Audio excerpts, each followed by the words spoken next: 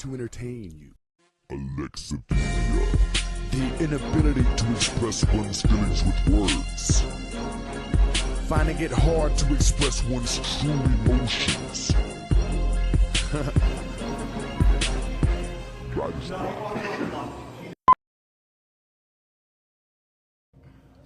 What's up, guys? It's Tobias with the High Music Militia, and right now we are set to bring you our very first interview.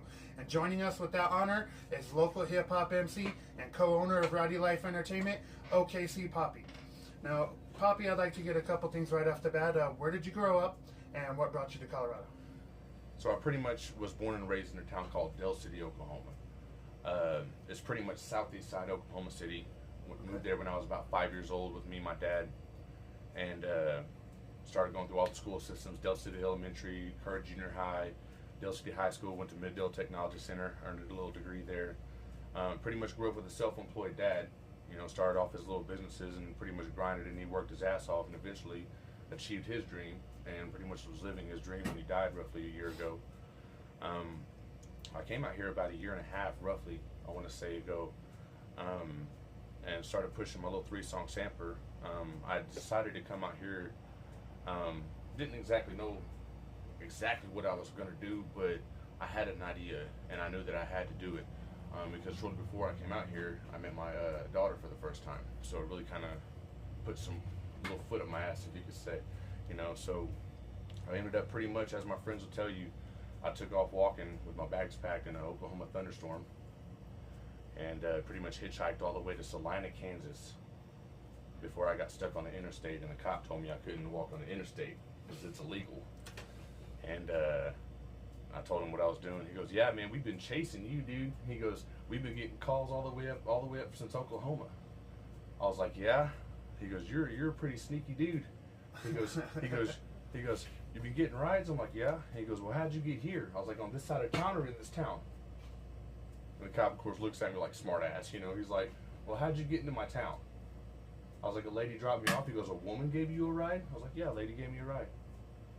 So I ended up getting stuck in that town. I met like maybe 1 or 2 cool people there, you know, and I kind of got stuck there. You know, I was getting a hard time from the people at the store that gave out the Greyhound tickets. But I pretty much posted on the Facebook that I need a little help. If someone could do that, I'd be blessed. And Jonathan Cook, an old friend of mine from elementary school, pretty much me and this kid got in our first fight together. You know what I'm saying? Like, not me and him. You know what I'm saying? Right. I got in trouble because my dad's like, "You weren't supposed to be in that fight anyway," but you know what I'm saying? That's my friend. Right. So I ended up fighting the new kids. I know how that shit goes. So, yeah, I mean, I didn't expect anybody to answer. You know what I'm saying? But then out of nowhere, you know what I'm saying, an old friend just comes up and is like, "Yo, what do you need?" You know, "Well, let me get home from work and I got you." Nice.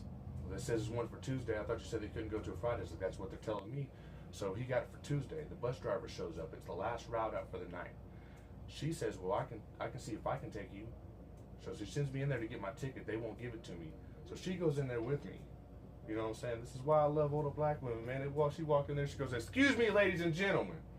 Started getting in her ass, dude. No cuss words or nothing. Just completely proper. She goes, "Tell me why this young man has purchased a ticket and can't get it." Boy, they're all of them all slumped over, you know what I'm saying? A bunch of white-collar white folk just slumped over, just feeling all bad and shit. You know what I'm saying? Printed off my ticket all salty and shit. She got me on that bus that night and got me to Denver. You know what I'm saying? First night, I slept in the bus station. You know what I'm saying? And then, like, the next night, I ended up sleeping on the side of the gas station that we're actually filming this in right now. I slept on the side over there, right on the other side of that wall. And met a bunch of cool people, you included, and pretty much started grinding my CD. And so all in all, I came here for the music scene, hoping to further my career and actually make it a legit business and build it to where maybe I can get up every morning and take my kid to school and, you know, and then go back home and go into the studio and make music for a living. That'd be dope. That's my dream.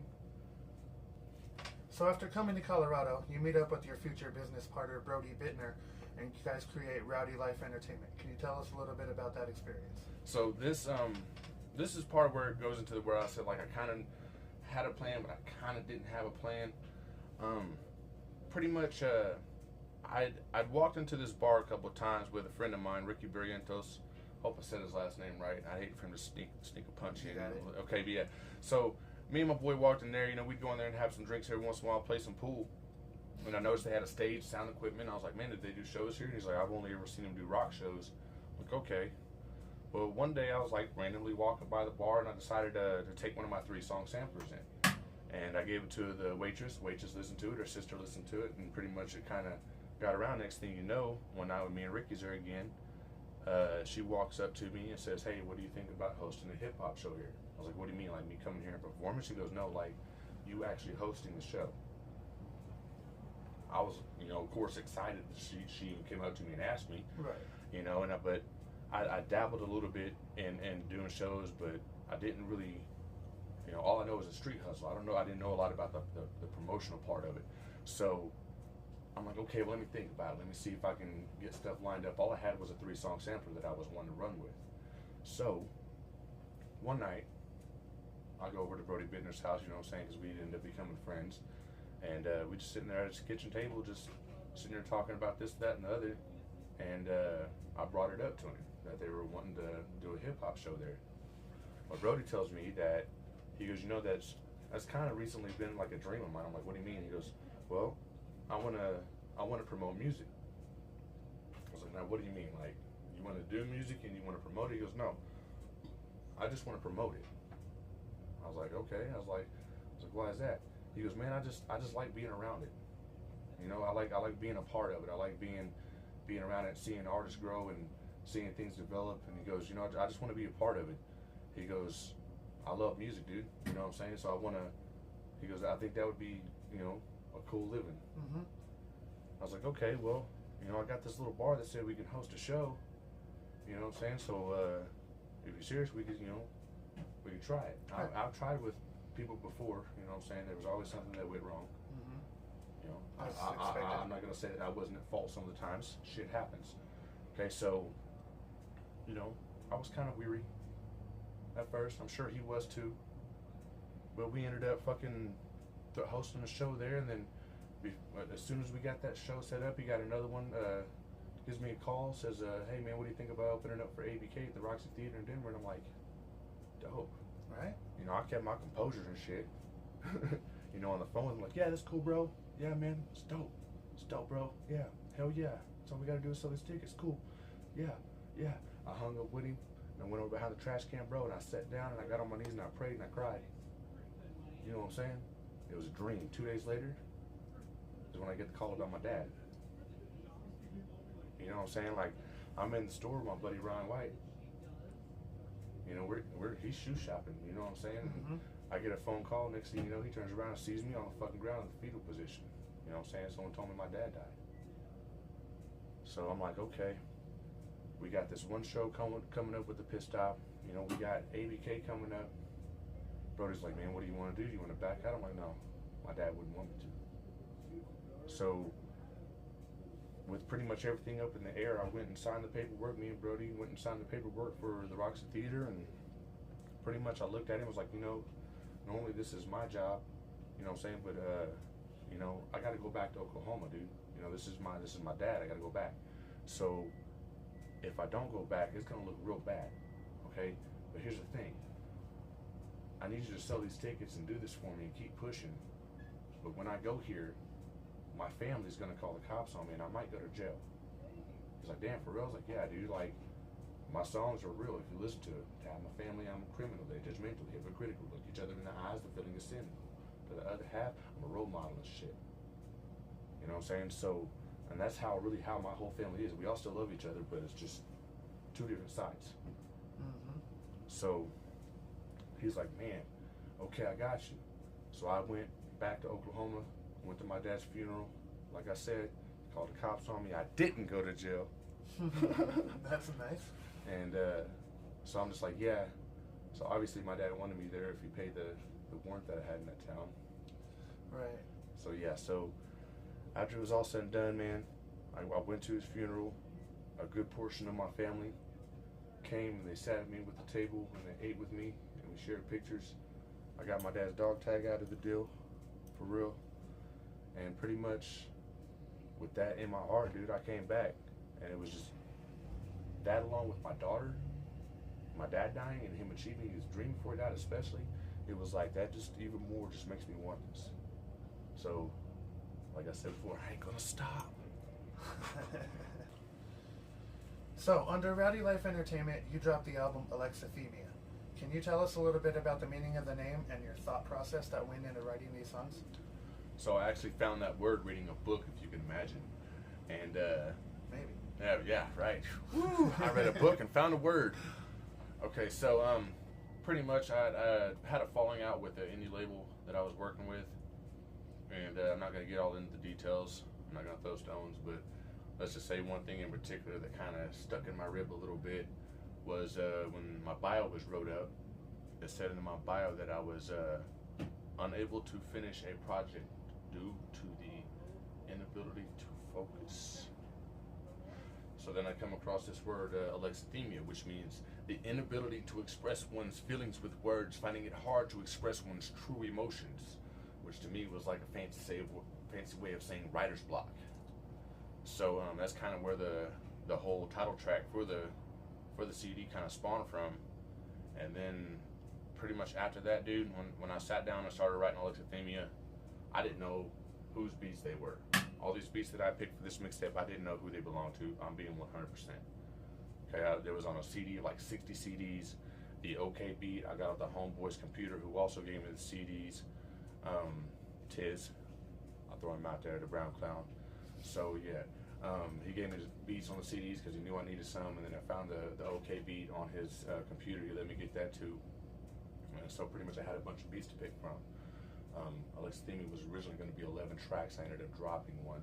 Felt it was too repetitive. You're welcome. So a total of 10 tracks is what ended up coming out of Alexithymia, and pretty much the whole album, I had it in my mind that I wanted to make music for me and my soul. I'm not gonna make music for anybody else but me. On the CD, it's gonna be for my heart and my soul, and if it touches somebody else, then dope. You know what I'm saying? That's what I really want. But then, I mean, even in that aspect, there were a couple songs like OK and Different, to where when I was writing the hooks, I was thinking about crowd involvement. I wanted to, you know, as I'm writing these songs, I'm seeing people in the crowd yelling back, okay. You know, and then like I come here and I grind it out, and I go to, you know, a bunch of different places and shit, and then I got, you know, I build relationships with people and shit, and now, you know what I'm saying, I get on stage and I'm doing a song about Oklahoma, where I'm from, you know what I'm saying, in a different state, you know what I'm saying, and people are yelling back Oklahoma and liking the song. That's fucking dope. So I'm very happy with it. Like I said, it is a mixtape, so, you know, we pretty much is just online to check out. We will be going on tour. That's pretty much the main CD that I'm going to be taking with me. I'm going to try to bring some new songs, though, too, just to perform. I like Different, by the way. That's pretty cool. Yeah. Like I did some, it's like, okay, one of my favorite artists is Carlos Coy. Okay. For those who don't know who the fuck that is, he's actually a member of SPM. A lot of people confuse that, and they just, when you say SPM, they're like, oh, that's Carlos Coy. And like, nah, I don't. That's a whole group, actually, bro. Yeah, right. Carlos Coy is, I guess you would, I mean, in my opinion, no offense to the other cats, because they do their thing too, but my favorite is definitely Carlos. He had this one song talking about moving Coca-Cola and a can of Pepsi. And I liked his melody on that, so I ended up writing that melody, and it was like, my boys gonna make it look, cause my flow is deadly. Keep my head up even though my thoughts heavy. Got a lot of haters always trying to test me. I've seen it all before and it just doesn't impress me. So I want to do. I think that might be one on Riot Music. I don't know. We'll find out. So you're working on anything new that we can expect from you, and any chance that the 11th track from Alexithymia will ever be released? Well, bad news first. The 11th track we'll probably never see the light of day. Pretty sure I ripped it up. Okay. I don't know. I don't hold on to stuff. If I don't like it, if I don't feel it's right, I just throw it away. You know what I'm saying? If I'm talking about something in that rap that I'm not doing, I'm gonna throw it away. You know what I'm saying? If I'm talking about, you know what I'm saying, a car I ain't driving in that fucking rap, I'm gonna throw it away. You know what I'm saying? I ain't about that shit. So, like I said, it was just too repetitive. I didn't want to go that route. You know what I'm saying? Like, if I was gonna do something repetitive, I would really fucking hit up Skrillex and do like some real EDM or some real badass shit. You know what I'm saying? With a killer verse in it.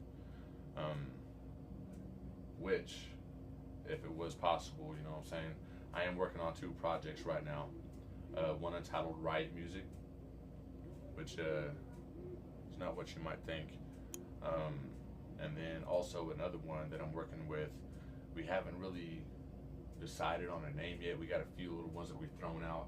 But is an artist originally from Arizona that also lives in the Box State now, the Mile High, and has been doing rap here for a minute now. Me and him are working on a project, you know what I'm saying? Me and him to be released out of Rowdy Life Entertainment. So hopefully within the next year, maybe even sooner than that, hopefully within the next year, we will be releasing 2 different projects. One with just me and then features. Of course, this Riot Music is going to have all kinds of features, guys. Hopefully a bunch of artists that y'all already know, and if you don't, then you should check them out. And then after that, we're probably going to release the project with me and the Zodiac, the Zodeak. Look him up online. Real East Coast rapper, man. He's real fucking dope, you know what I'm saying? He fucking goes in for real. Me and him already released, or haven't released, excuse me. Me and him already recorded 1 song for the project. It's entitled Rap Shit. So I'm already super excited. We pretty much meshed together. Actually, he's got another project that he's working on. I want to say he calls it Overlords. That there was a hook that he wrote, and I dug it. You know what I'm saying? First time I heard him spit the little hook, and I was like, hey man, can I get on the hook with you? So I got on the hook with him, and pretty much the dynamics, you know what I'm saying, just kind of got me excited and shit. And as soon as we did it, I was like, all right, bro, let's record that. Let's record rap shit. You know what I'm saying? So, like that got me excited, dude. You know what I'm saying? So I'm thinking me and this dude's really gonna get on stage and wreck shit. And then hopefully after that, it's on to bigger and better things. But for now, within the next year, if not sooner than that, we're gonna release the 2 projects, Riot Music, and the other one has not been named. And until then, I think Rowdy Bidner wants to see about maybe releasing a song here or there on the internet for free downloads, you know, just to see who's out there, just to see who's listening. In February, you're heading out on the Box State Heavyweight Tour with Restless, Static G, and Slow Pay. And what kind of emotions come along with that? Man, excitement, a little bit of nervousness on some real shit. This is my first like state-to-state tour. It's the first time I'm actually traveling and going state to state to do shows. At this point in time, pretty much the furthest I performed outside of my home state was Casper, Wyoming, and quite a few places in the Colorado area. So like within the last year, Rowdy estimates, I want to say at least I've done 30 shows in the last year, which is pretty fucking good, considering in the 8 years that I had done music before, I had only done roughly 100 shows. You know, so it was definitely exciting. And then all of a sudden he comes to me one day. He's like, "So what do you think about going on and trying to set up a tour and seeing if Slow Pain will headline?" I was like, "That'd be dope." I said, "Yeah." You know what I'm saying? Yeah. Right. You know, he's like, "Yeah." I was like, "Yeah." Yeah. I was like, "Fucking do it." So yeah. So he gets it. He starts talking to people, man, doing what Brody does best. And next thing you know, fucking Strong Survive, Rowdy Life Entertainment presents the Box State Heavyweight Tour. You know what I'm saying? And then of course we bring in Static G and the Brian Stick family. You know what I'm saying? And definitely, you know, fucking it wasn't just all one faction, bro. Right. You know what I'm saying? All these factions are working together and been going out and getting the venues and getting this tour set up and putting in fucking hours of work. I see y'all. Don't think I don't. Everybody's fucking grinding, you know what I'm saying? Mm-hmm. And everybody made it happen. And so I'm just fucking super stoked, man. Fucking to get to go on fucking tour with fucking Slow Pain. First of all, I'm pretty sure fucking the Jangles is gonna be working the 1s and 2s. You know what I'm saying, while he's on stage, so that's gonna fucking be extra fucking dope. You know, fucking Troll, is fucking going to be doing his thing as usual. Fucking Looney Spade. I'm pretty sure if he don't go, I'm pretty sure he's going. But if he don't go, I'm gonna be pissed. So pretty much it's a whole fucking nice little stack. Static G, I've done quite a few shows with him already.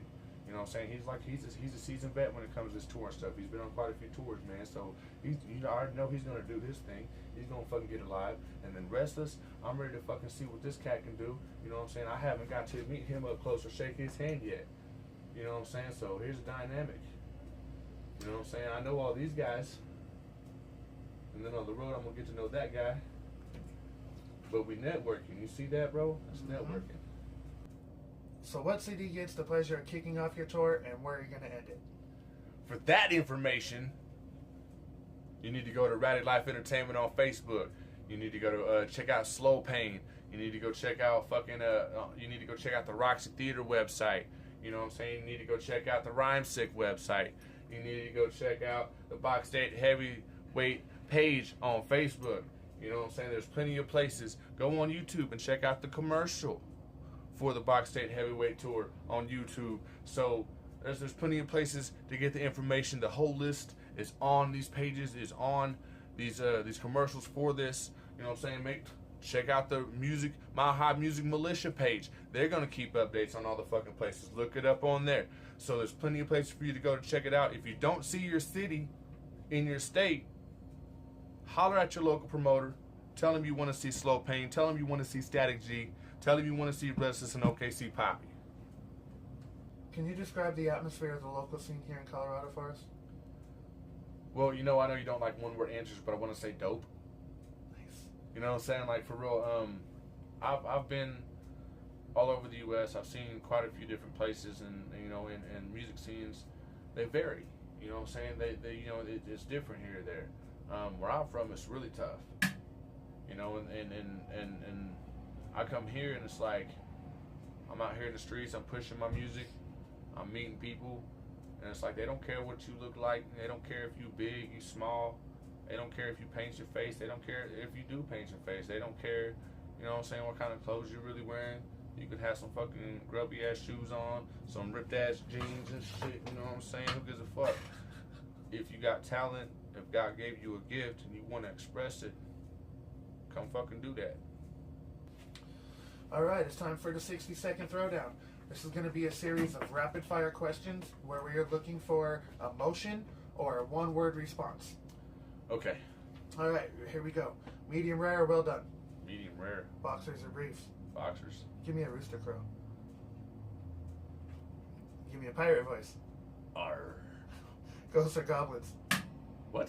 Ghosts or goblins? Ghosts. Day or night? Night. Do you fondue? Cheese. Gummy worms or gummy bears? Both. Squid or octopus? Good. Who's on first? Me. Coke or Pepsi? Dr. Pepper. Number from 1 to 100? 7. DC or Marvel? Both. Nurse or doctor? Probably doctor. She makes more. Strangest location for a piercing? Strangest location for a tattoo? Same place, butthole. Alright. Weed or white? Depends on what mood I'm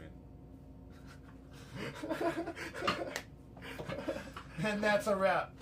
Right on. Thanks Yeah. for having us, man. I really appreciate the time. You can catch O.K.C. Papi January 31st at the Roxy Theater for the Rowdy Life Entertainment pre-tour bash. You can also catch him February 20th at the Roxy Theater for the Box State Heavyweight Tour. You can check us out on Facebook, High Music Militia. Like our page, drop us a comment, share, do all that stuff. Help us out. Thank you very much. So, yeah.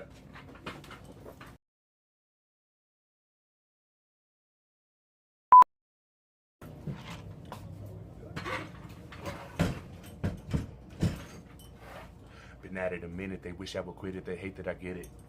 In the black of night, I bring a massive writing, but you won't forget it. Untamable angel coming through with the book full of new angles. To awaken angel beast from his slumber means you wish to be mangled. I see the haters hopping, cause all the bitches be jacking. No one bossing, no flossing. When I posture up, all these punk pussies get to walking. Yeah, and it's like that, better get back for the nut crack. Bring a fight, get it right back, and that you know to the rest of it, my naps. What's up? What's up? How's it going?